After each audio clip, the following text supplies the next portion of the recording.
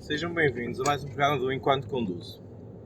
Na continuação dos autores que tiveram algum desenvolvimento para a teoria da clássica da administração, hoje vou-vos falar de mais um, que é o Max Weber. Max Weber, como os outros dois, nasceu também em meados do século XIX, tendo falecido no início, na década de 20 do século XX, e foi o pai da teoria burocrática da administração. Quando eu estou a dizer aqui burocrática, estou a falar de burocracia, mas não da maneira como nós estamos habituados a concebê-la. Neste momento nós associamos à burocracia uma série de regras, uma série de, papelada, uma complexidade enorme em conseguir que algo vá para a frente um bocadinho. É um bocado isso que nós associamos à burocracia. O que ele queria fazer não era isso. O que ele defendia era que a burocracia era a solução para que as organizações começassem a evitar as arbitrariedades. Este termo, burocracia, foi acunhado pelo próprio Max Weber e a definição que ele dava à burocracia era: ele considerava a burocracia como uma estrutura formal da organização que permitia então organizar as atividades humanas para a realização de objetivos comuns no longo prazo. Ele estava a falar na parte do longo prazo. Para Max Weber, existia aqui uma ligação entre então, a ideia da burocracia e o conceito de autoridade. Ele associava muito aqui a parte burocrática. Teria que haver aqui uma regra, como ele já referiu antes, e uma autoridade, em que ele concebia esta figura de autoridade como podendo ter três tipos de autoridade, em que nós temos a autoridade tradicional, aquela que é mais conhecida, que está normalmente baseada em tradições, em costumes e práticas do passado. Normalmente é aquela autoridade que nós associamos aos anciões, aos patriarcas das sociedades antigas, e muitas vezes é legitimada e assegurada não só por tradições religiosas, mas por crenças ou costumes sociais. E acredita-se muito que esta autoridade tradicional há uma crença que é sagrada. O que é isto, então, traduzindo para aspectos do dia-a-dia? Por exemplo, altas patentes da igreja são uma autoridade tradicional, as pessoas respeitam a igreja. Pessoas que têm ouvido isto, quando eu cresci, por exemplo, eu cresci numa vila pequena, e havia ainda muito aquela ideia de que o médico tinha uma autoridade perante a vila. Era uma figura que tinha algum poder e muita autoridade na vila, e as pessoas respeitavam. E é isso que nós estamos a falar da autoridade tradicional. É algo que as pessoas, um costume social que as pessoas já não questionam. O outro tipo de autoridade que o Weber tinha era a autoridade, carismática. Está relacionado também com uma pessoa, e esta autoridade carismática está relacionada com características da personalidade da pessoa ou características físicas, e é muito associado ao carisma. A vibração ou a sensação que nós temos, ou o conforto que temos com uma pessoa, se é bom ou se é mau. Uma pessoa carismática, normalmente sentimos-nos bem junto a essa pessoa, nós queremos ouvir, nós queremos seguir, nós queremos ser lideradas. O que é que acontece aqui? Ou quais são as grandes vantagens desta autoridade carismática? É que ela é passageira. O reconhecimento que eu dou a uma figura que eu considero bastante carismática e que eu considero como uma autoridade ou um possível líder, pode passar rapidamente a deixar de o ser. Às vezes há aquele ditado que é: para construir a confiança são precisos anos, para perder bastam minutos. E é um bocado isso. Então, nós quando temos uma autoridade carismática, corremos neste erro de realmente ser uma coisa passageira, e de repente nós vemos sem uma autoridade presente no nosso dia-a-dia. E é preciso ter cuidado. Por fim, a terceira autoridade que o Max Weber compreendia era a racional legal. E esta é aquela que é garantida por regras, por normas, que são aceitas normalmente pelo grupo. O que é que nós devemos fazer relativamente a esta Autoridade Nacional Legal? Deve seguir as ordens de quem ocupa esta posição. É uma pessoa que nos vai ditar as ordens que nós devemos seguir. E aqui tira-se um bocadinho da pessoa. Nós até agora, na parte da autoridade religiosa, ou na autoridade tradicional e na autoridade carismática, nós associamos a autoridade a uma figura. Aqui, com esta autoridade nacional legal, nós não associamos a uma figura, associamos ao cargo. E ele quer passar, isto não era muito utilizado na altura, o que ele quis fazer foi começar a garantir que quem vai ser digamos, o responsável, quem vai exercer a autoridade, vai ser alguém que está associado a um cargo, não vai ser alguém por família, por ser de família, por ser amigo, não vai ser alguém que vai estar lá por carisma, ou pelo menos pela percepção que nós temos da pessoa no momento em que a nomeamos. O que o Weber acredita é que para o ambiente cooperativo e a autoridade nacional legal é a mais adequada, e está um bocadinho por isto, porque lá está, não está ligado a uma pessoa.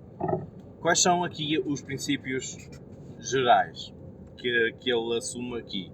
Primeiro tem que haver uma divisão de funções e tarefas feita de forma então racional e sustentada por regras e normas que sejam específicas e que toda a gente conheça. Ou seja, o objetivo de executar o necessário, o que é que ele tem? Ele tem o objetivo de executar então, o que é necessário para atingir os objetivos que foram definidos pela organização. E é isto que esta Autoridade Nacional Legal tem que se propor a fazer. Depois, tem que existir então uma hierarquia também, outros princípios, é existir uma hierarquia com regras explícitas. Nós temos que, e tem que haver direitos e deveres associados ao cargo, e tem que, os seus limites têm que ser sustentados legalmente, não pode ser uma coisa que vai contra a lei. Não, tem que estar sustentado. Ele começou aqui a criar esta questão. Ok, nós vamos criar um cargo, vamos dar autoridade, mas não podemos ir contra a lei, contra as regras que estão impostas pela sociedade. Nós vamos criar regras para a nossa organização sem ir contra as regras da sociedade. Depois, esta contratação, outro dos princípios é que a contratação dos colaboradores deve ser baseada nessas regras que foram colocadas para esse cargo, nas funções ou nas competências que é necessário para o cargo, e não por carisma, não porque é amigo, não porque é familiar, não porque tem porque as pessoas apoiam simplesmente sem pensar noutra parte. Depois, ele defendia que para funções semelhantes tem que haver pagamentos semelhantes. Não pode haver aqui duas pessoas com a mesma função com pagamentos diferentes. E a evolução na carreira deve lá estar fundamentado por normas, por regras. Favoritismos, para ele, não eram aceitos. Não deviam ser sequer um tema de conversa e não se devia basear em evoluir alguém através de favoritismo. Havia aqui então a separação de funções e características pessoais da pessoa que quisesse esta função. E toda a gente, por fim, toda a gente deve seguir estas regras e as normas que foram delineadas. Esta teoria burocrática é muito técnica e mecanicista, e o que leva a que haja algumas preocupações com o cargo e com as funções. Está muito preocupada em associar as competências ou digamos, o poder ao cargo. As pessoas não são tidas muito em conta. Isto é uma das vantagens que tem. Ele aqui, o que ele nos está, a ideia inicial que o Max Weber tinha era, ok, vamos desagregar aqui o favoritismo, vamos desagregar o carisma, vamos começar a pensar racionalmente como é que vamos pôr, qual é a figura da autoridade que nós queremos ter. No entanto, uma das falhas que esta característica tem é que ela realmente aponta muito para o cargo e esquece das pessoas. E há aqui se nós começarmos a pegar nas três teorias que foram faladas até agora, nós vemos que há aqui um patamar decrescente. Eu fiz isto de propósito. Temos inicialmente o Taylor, que olhou para os pequenos passos do processo e começou a definir os pequenos passos. Ok, é preciso tirar os tempos, é preciso ver as movimentações das pessoas, o que é que nós podemos fazer para melhorar e para ganhar eficiência através disso. Temos depois o Fayol, que olhou para um patamar de, ok, a nossa liderança tem que ter educação, tem que ter uma formação específica. Nós temos que separar a parte técnica da parte administrativa. E começou a defender então que devia haver formações e uma aplicação das competências administrativas logo no início no ensino. E por fim temos aqui o Max Weber, que vai uma visão muito mais macro, uma visão, digamos, feita do avião ou da estação espacial, como quiserem definir, em que ele está a olhar para o todo e diz, não, nós temos que começar a fazer aqui uma separação, nós temos que tornar tudo visível, temos que tornar a evolução, as regras, as normas, todas transparentes, para toda a gente saber com o que é que conta. E é a junção destas três que nos fazem então a teoria clássica da administração. Como eu já disse noutros vídeos, qualquer uma destas três teorias está muito presente na administração de hoje. Nós sabemos que já há aqui grandes mudanças, inclusive a parte, digamos, ou se nós falarmos de melhoria contínua, no Lean, nós sabemos que temos esta questão das normas, temos esta questão dos tempos, temos a questão de ver as movimentações, há esta preocupação, existe a preocupação da formação dos líderes, de ter aqui uma formação para líderes, mas uma das coisas que faltava em todas as três é a parte humana. Ok, nós temos que pensar como motivar as pessoas e muitas das novas teorias partem por aí. Começam a trabalhar mais as competências psicológicas e as competências, digamos, da liderança, da pessoa que está à frente. Por isso, hoje em dia, nós temos muitos líderes que estão lá por carisma, coisa que ia contra aquilo que o Max Weber defendia, e não quer dizer que sejam maus líderes.